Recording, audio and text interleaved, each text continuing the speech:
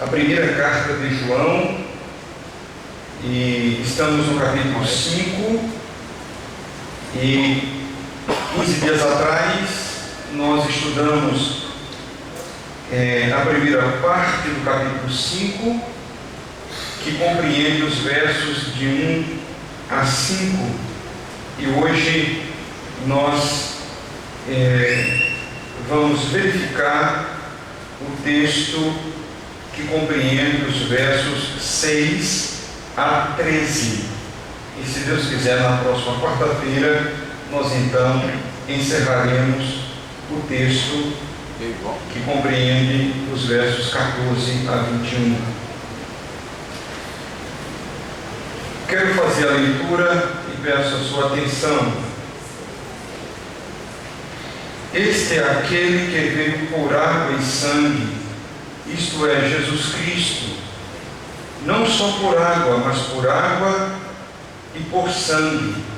E o Espírito é o que testifica, porque o Espírito é a verdade. Porque três são os que testificam no céu: o Pai, a Palavra e o Espírito Santo, e esses três são um. E três são os que testificam na terra: o Espírito e a água e o sangue, e esses três concordam num. Se recebemos o testemunho dos homens, o testemunho de Deus é maior, porque o testemunho de Deus é este, de que de seu Filho testificou. Quem crê no Filho de Deus, em si mesmo tem um testemunho, porque quem a Deus não crê, mentiroso fez, porquanto não creu no testemunho que Deus de seu Filho deu. E o testemunho é este, que Deus nos deu a vida eterna, e a vida está em seu Filho. Quem tem o Filho tem a vida. Quem não tem o Filho de Deus não tem a vida. Estas coisas vos escrevi, para que saibais que tendes a vida eterna, e para que creiais no nome do Filho de Deus. Nós, nesse estudo da primeira carta de João, uma carta que é tida como epístola universal, considerando o fato de que a carta não fora dirigida a um grupo específico, a exemplo de outros textos sagrados que temos, como a carta de Paulo aos Coríntios, Romanos, Efésios, Filipenses, assim por diante, que foram textos escritos de uma forma objetiva para atender a necessidade de um grupo específico, mesmo que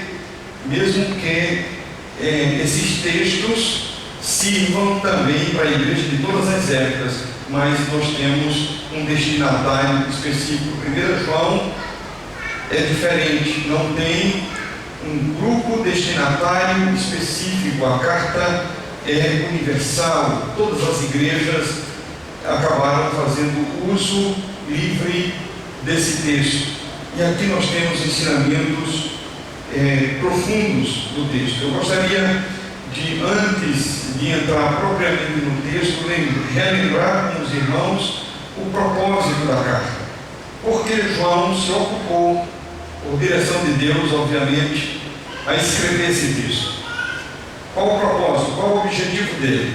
O que ele tinha em mente? O que ele tensionava ao escrever a primeira carta?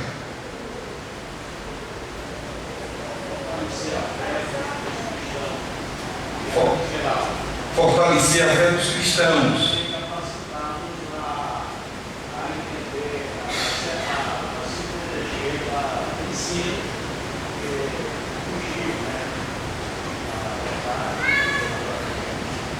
Muito bem, João tem claramente esse objetivo de fortalecer a fé dos irmãos, mas primariamente o texto servia para combater os erros que estavam sendo disseminados na igreja do primeiro século. E João revela nessa carta uma preocupação muito grande com o mal que aquilo pode causar na igreja, porque o mal, do ponto de vista doutrinário e teológico, ele não vai trazer apenas um efeito negativo na intelectualidade, na forma das pessoas pensarem. Não é apenas isso, mas o ensino errado carrega consigo também no seu bojo uma prática errada. Nós agimos de acordo com o que pensamos. Se cremos de forma errada, nós vamos ter uma conduta completamente distante daquela que Deus espera. Então, a preocupação de João é que o ensino errado na igreja vai trazer consequências danosas na vida prática da igreja, principalmente no seu aspecto moral. Tanto é que João adota um critério bem definido nessa carta, quando ele escreve se propondo a combater o erro e fortalecer a fé. O propósito, ele é duplo. Ao mesmo tempo que rechaça o ensino errado, fortalece a fé dos cristãos.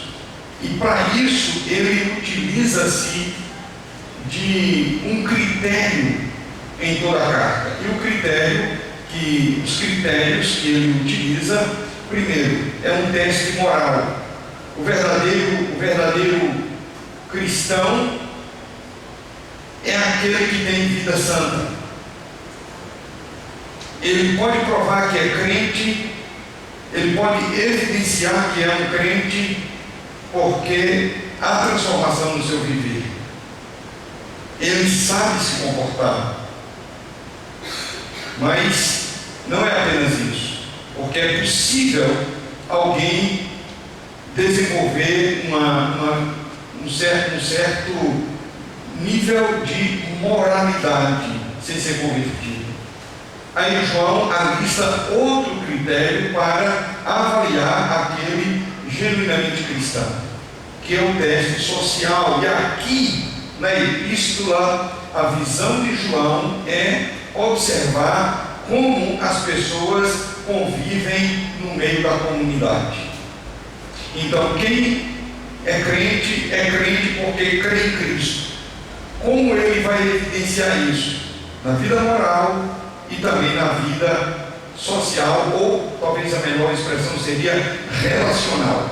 Como ele se relaciona com as pessoas, como ele convive uns com os outros. Eu já falei isso aqui. Ninguém pode dizer-se cristão vivendo a revelia dos bons relacionamentos. Infelizmente, há algumas pessoas que adotam princípios para a vida cristã que está muito distante do que a Bíblia ensina. É comum, até aqui, eu estou completando 34 dias que estou aqui, ainda não percebi, nem tomei conhecimento, mas caso eu perceba, não é de se estranhar, de pessoas que convivem na mesma igreja e não se falam. Eles cumprimentam todo mundo, mas eles evitam uns aos outros, e eles sabem disso. João vai dizer para essas pessoas que esse tipo de conduta é inaceitável. E não só isso, quem decide viver assim prova que não conhece a Deus. Então não basta apenas você ter uma gama de conhecimento teológico, doutrinário, mas se você não vive bem com as pessoas, se você não é capaz de cumprimentar cada pessoa, olhando nos olhos dela, tem coisa errada com você. Não tem coisa errada com Deus, tem coisa errada contigo.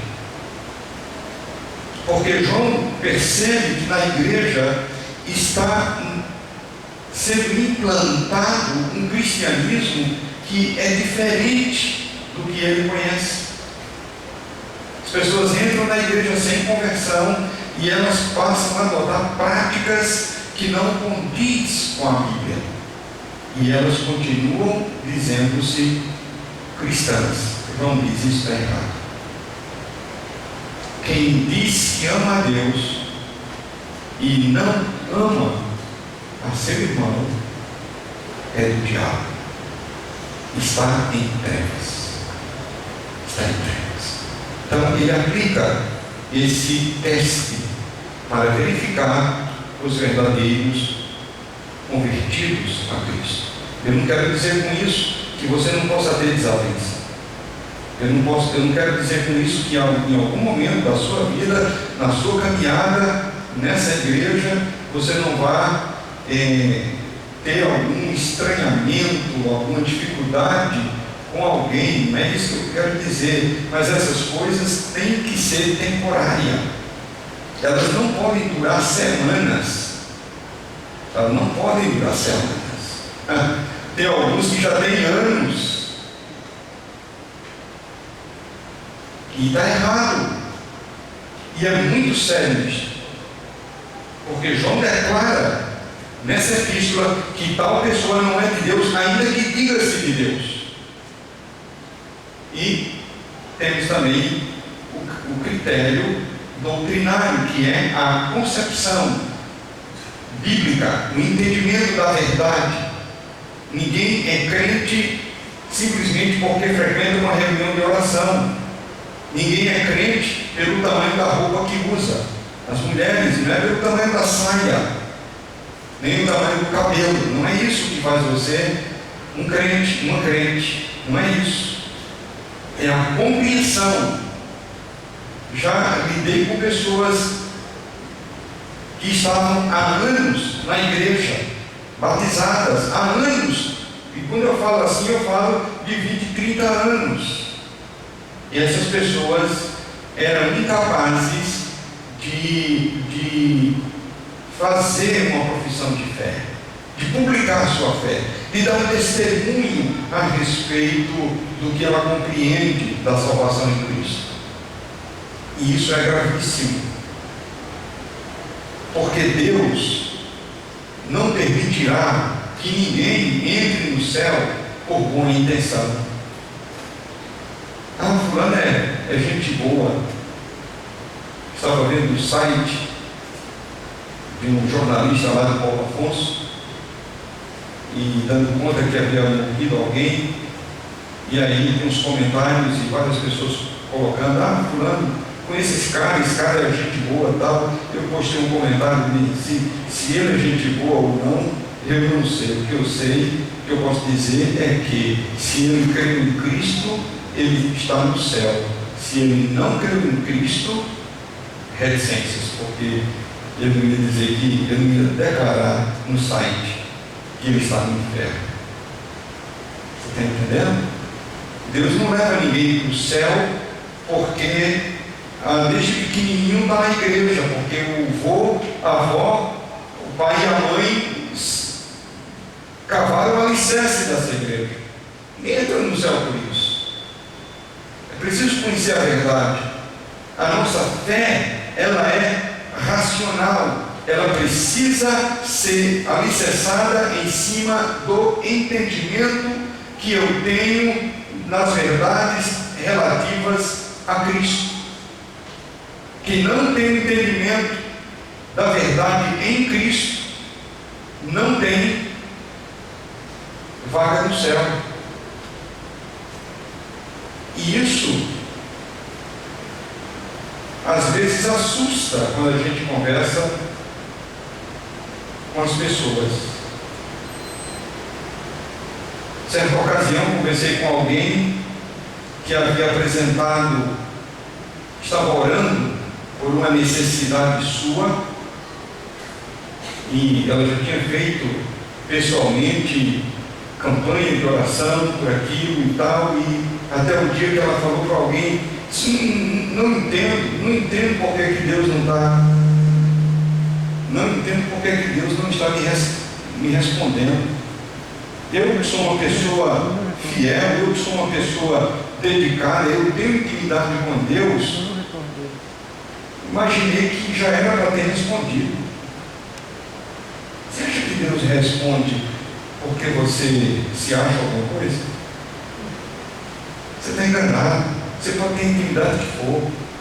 Deus não está obrigado a responder nada. Deus não se obriga.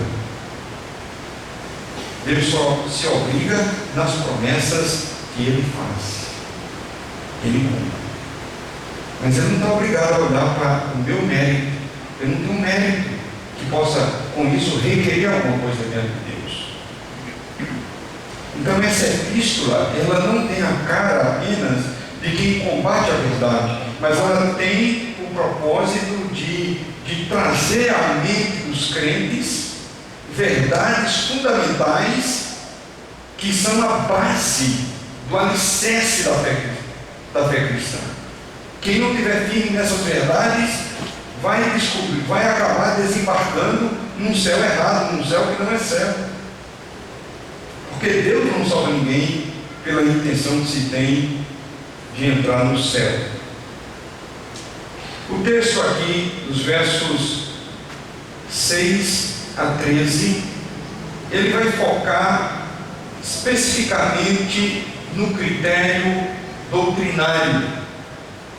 Ele está aqui apresentando maneiras de se avaliar um verdadeiro crente, porque ele sabe que há pessoas na igreja dizendo-se cristãos, mas com um outro ensino. Então ele diz: olha, o critério para se avaliar é olhar a vida moral, a vida social e também o entendimento doutrinário. E nesse texto específico ele se detém no aspecto doutrinário. E aí ele diz, falando a respeito de Jesus Cristo, ele diz: esse é aquele que veio por água e por sangue, isto é, Jesus Cristo, não só por água, mas por água e por sangue, e o Espírito é o que testifica, porque o Espírito é a verdade. Ele está fazendo aqui uma declaração teológica, doutrinária, a respeito da divindade e humanidade de Cristo. Por quê? Porque havia na igreja, nos dias de João, no primeiro século, a penetração de uma ideia que combatia a divindade de Cristo, bem como a sua humanidade. O ensino que estava sendo infiltrado na igreja apontava para Jesus como sendo um ser intermediário entre Deus e o homem. Ele nem era Deus, portanto ele não era divino, mas ele também não era humano. Ele era um ser intermediário. Então João aqui se ocupa para dizer que isso que está sendo colocado na igreja é um ensinamento errado. E aí ele diz: este, referindo-se a Jesus, é aquele que veio por água e por sangue. A que se refere esses termos? João aqui faz duas referências históricas. Primeiro, água refere-se aqui ao batismo dele. Há dois eventos que podem provar historicamente tanto a divindade de Jesus quanto a sua humanidade. Ele fora batizado no Rio Jordão, ele fora batizado em águas por João no Rio Jordão. E quando daquela ocasião do seu batismo, qual o testemunho da sua divindade que nós lembramos? É que desceu sobre ele o Espírito Santo e houve uma declaração. Qual foi a declaração? Este é o meu filho amado, em quem tenho nele prazer. A pomba não era o Espírito Santo. Ok? A dúvida quanto a isso? Alguém tem dúvida? Não tem. A pomba não era o Espírito Santo. A pomba foi apenas um sinal visível de que o Espírito Santo havia pousado sobre ele. O Espírito Santo, ainda que seja uma pessoa, é uma pessoa abstrata. É um espírito, não tem forma corpórea, não é composto de matéria.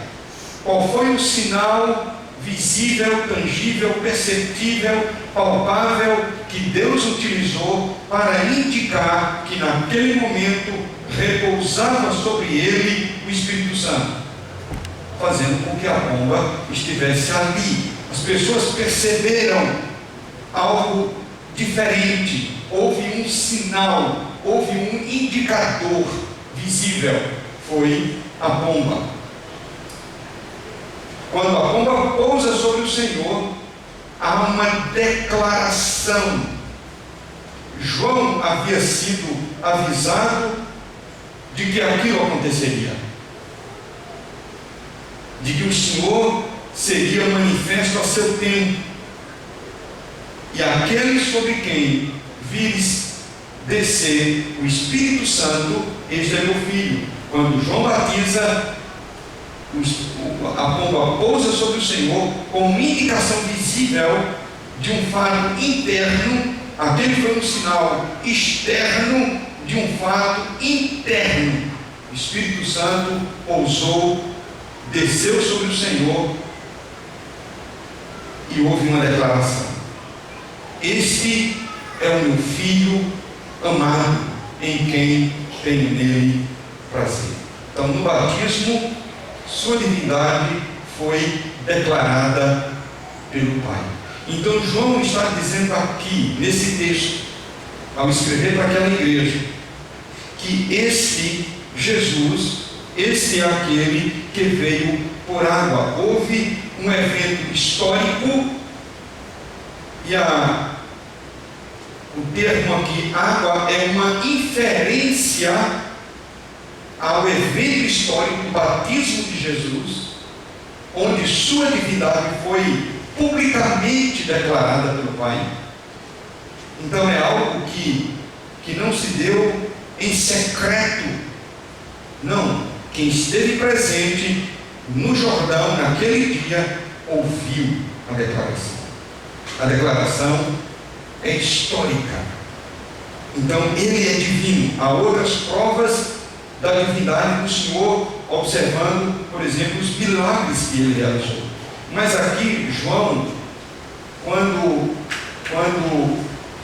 quer testificar a respeito da autenticidade, da verdade da sua divindade, ele faz referência ao batismo do Senhor. Esse é aquele que veio por água.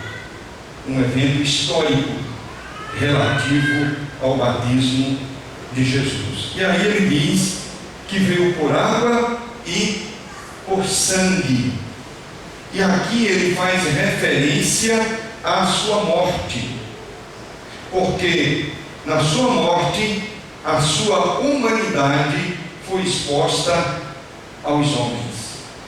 Se Jesus não fosse um ser humano literal, 100%, ele não teria se esvaído em sangue na sua morte.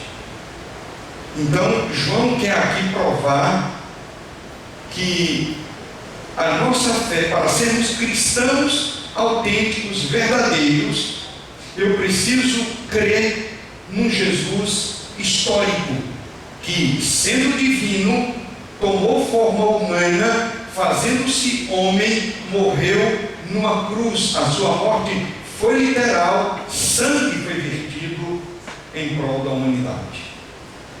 Então aqui ele está ele está fazendo uma abordagem teológica, o utilizando-se de dois eventos históricos que aconteceu relativo à vida de Jesus.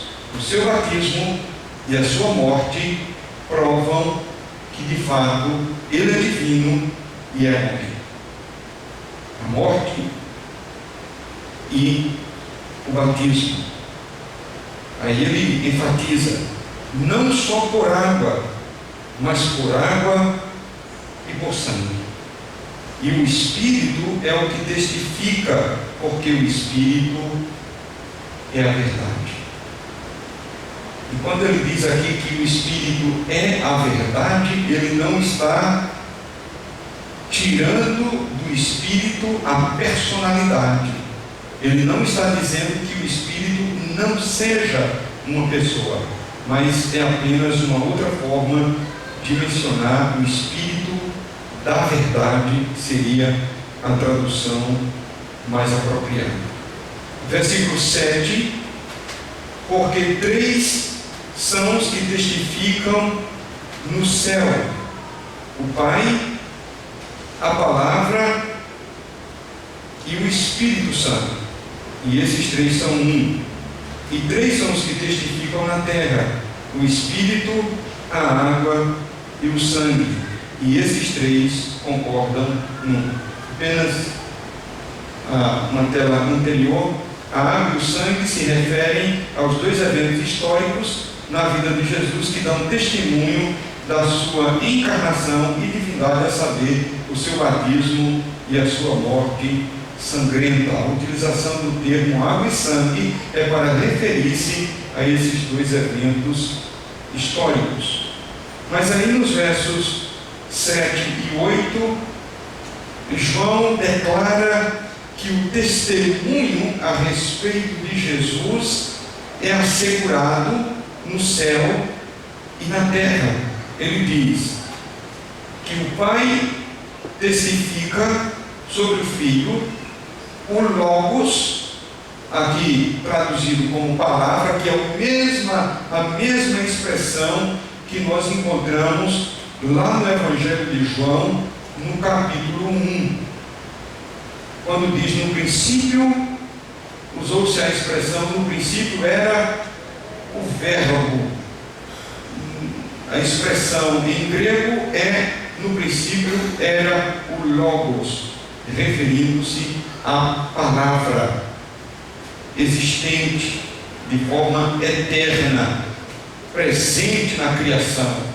Quando Deus diz: haja luz, a palavra estava em ação, e a referência é a existência de Jesus na eternidade passada, juntamente com Deus Pai. E ele diz aqui que Deus Pai dá testemunho no céu a respeito da divindade de Jesus, bem como ele próprio. E ele diz que o próprio Espírito também dá testemunho a respeito de Jesus, e ele diz: e esses três são um. Então ele faz a declaração de que a Trindade Santa assegura o testemunho verídico da divindade e da humanidade de Jesus. No verso 8, ele diz que três são os que testificam na terra: o Espírito, a água e o sangue. O Espírito Santo é aquele que convence o homem de que o testemunho de Jesus é verdadeira. A água e sangue é a referência aos dois eventos históricos: o seu batismo e a sua morte na cruz. Verso 9: se recebemos o testemunho dos homens, o testemunho de Deus é maior, porque o testemunho de Deus é este que de seu Filho testificou. Quem crê no Filho de Deus, em si mesmo tem o testemunho. Quem a Deus não crê, mentiroso fez, porquanto não creu no testemunho que Deus de seu Filho deu. E o testemunho é este, que Deus nos deu a vida eterna, e esta vida está no seu Filho. Quem tem um Filho tem a vida, quem não tem um Filho de Deus não tem a vida eterna. E João faz aqueles irmãos saber que a vida eterna não é conquista humana. Eu e você não estamos nesse mundo lutando para ser salvos. Nós não estamos trabalhando em prol da nossa salvação. Nós estamos aqui reunidos, e eu quero acreditar que todos têm a mesma concepção, o mesmo entendimento. Estamos aqui porque Ele nos deu a vida. Ele nos deu a vida. Paulo escreve aos Efésios, no capítulo 2 da carta aos Efésios, e ele diz, versos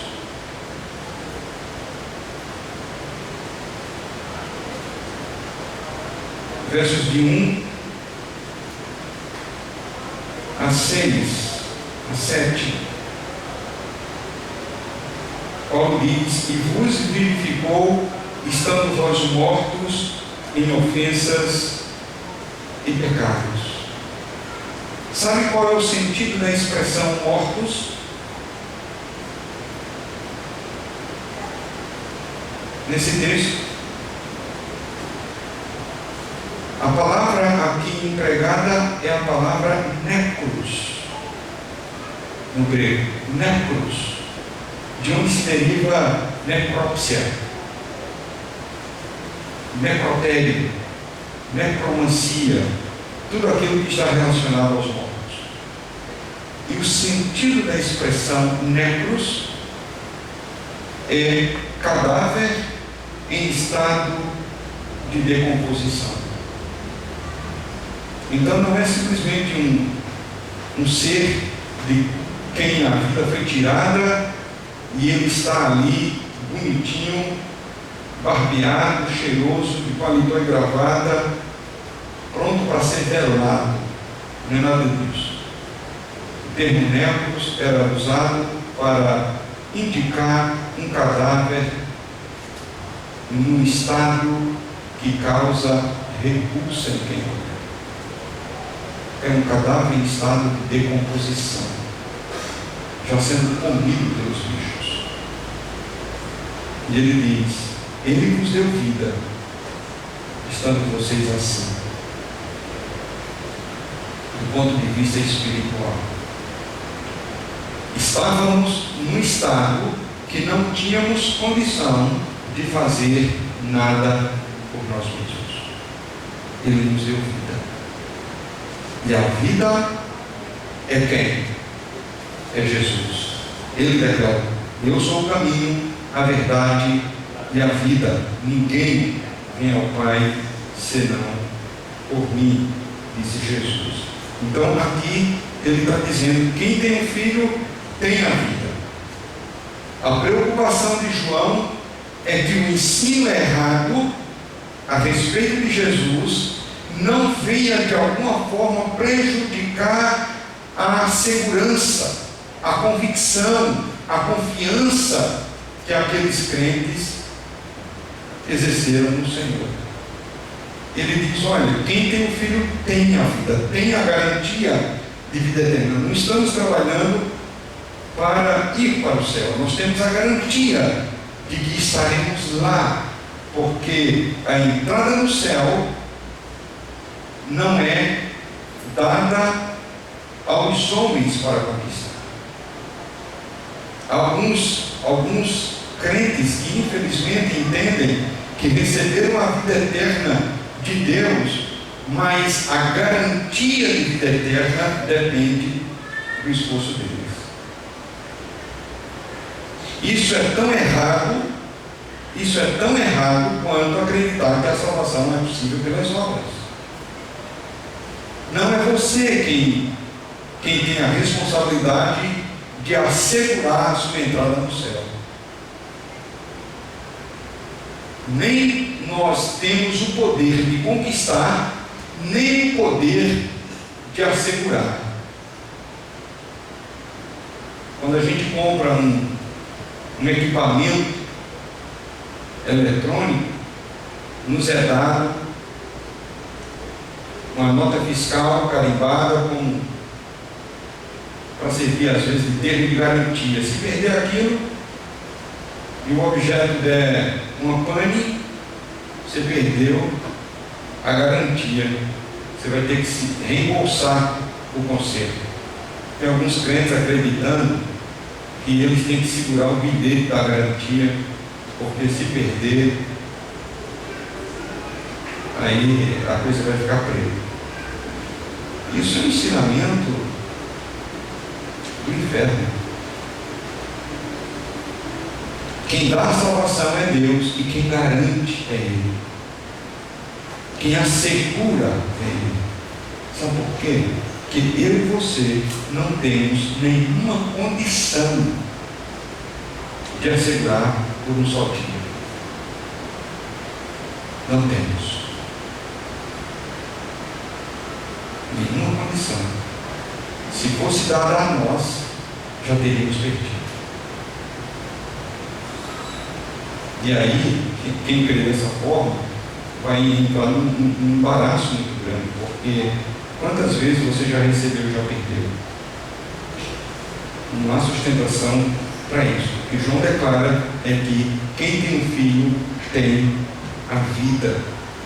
Quem tem um filho tem a vida. Quem não tem um filho não tem a vida.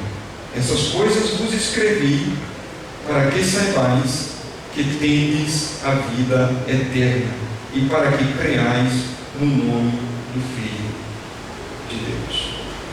Queridos, o desenvolvimento de uma fé saudável depende do estudo da palavra de Deus. Não depende simplesmente de vir à igreja, escutar o estudo ou o sermão.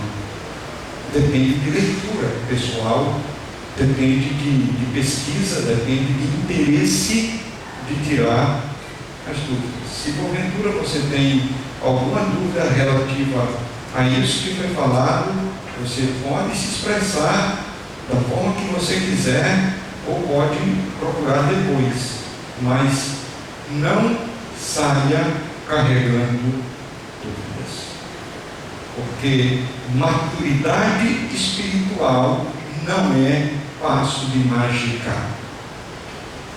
Quem amadurece espiritualmente é quem tem interesse pelo estudo da verdade, porque é conhecendo a verdade de Deus e caminhando nela que nós crescemos na fé. Não tem outra forma, não tem um curso intensivo para ser espiritualmente maduro. Não. Agora, há pessoas cujos cabelos caem ou ficam brancos e não amadurecem. E você vai olhar a vida, você vai ver que não tem, normalmente, em linhas gerais, são pessoas que não têm interesse pelo estudo da palavra de Deus. Então, sejamos comprometidos e esforçados para crescer na fé, avançando no estudo e no conhecimento que Deus deixou revelado para nós. O Senhor nos abençoe e nos dê condição de viver cada dia a sua palavra. Nós vamos ficar de pé e vamos orar ao Senhor, encerrando o nosso estudo.